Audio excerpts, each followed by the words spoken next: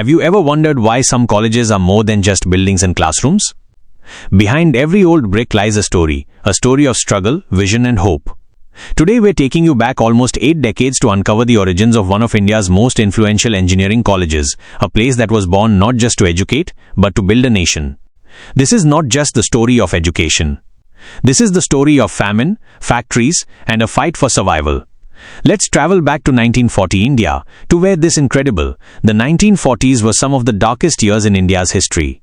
The country was still under British rule, World War II was raging, and resources were being drained for the war effort.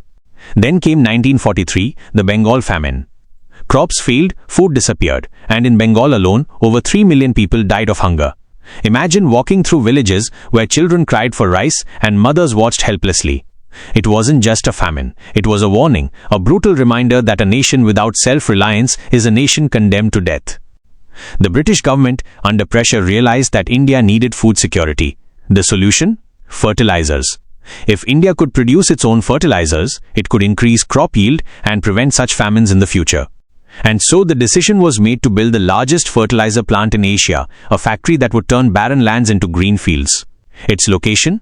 Sindri, a small industrial town in present-day Jharkhand, chosen because it was close to coal mines and water sources. Construction began in 1943, right in the middle of the famine. Thousands of workers toiled day and night, often on empty stomachs, to build something that could save millions from hunger.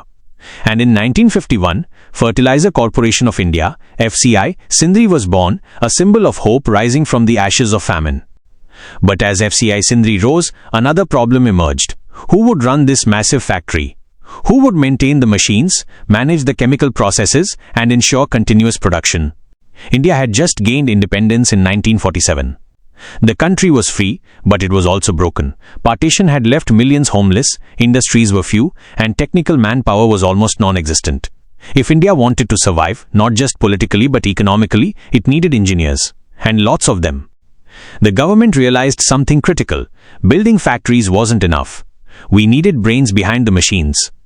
This realization gave birth to the idea of creating an engineering college right next to FCI Sindri, a college that would not just produce graduates but nation builders. In 1949, in the shadow of FCI's towering chimneys, a humble beginning was made.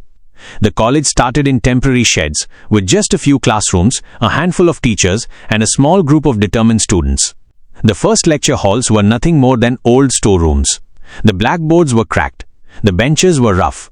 And yet, those young minds sat there with a single thought: we will not let this nation fail.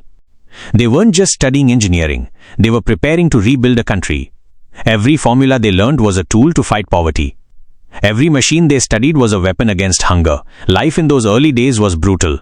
There were no modern hostels. Students stayed in tin-roof barracks. Monsoons turned rooms into ponds. There were days without electricity, but they didn't stop. They studied under lantern light. They walked miles to attend classes, because they knew what they were building was bigger than themselves. And soon their efforts bore fruit. Graduates from this college became the backbone of India's first industrial revolution. They operated FCI Sindri, powered the Damodar Valley projects, built the giant steel plants in Bhilai, Bokaro and Rourkela, and laid the foundation for the highways and factories of a new India. Over the decades, the college grew. The sheds became buildings, the barracks turned into hostels, and dusty classrooms transformed into state-of-the-art labs. But even today, the soul of the college remains the same: to serve the nation with knowledge, courage, and integrity. When you walk through the campus now, you see modernity, but if you listen closely, you can still hear the whispers of history, the clang of steel from FCI Sindri, the hunger of 1943 that changed everything, and the determination of students who refused to give up. This college is not just an institute.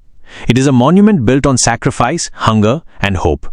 It stands as proof that even in the darkest times, vision and courage can light the way. So the next time someone asks what an engineering college means, tell them this story. A story that started with famine, found hope in a factory, and gave birth to a college that built a nation.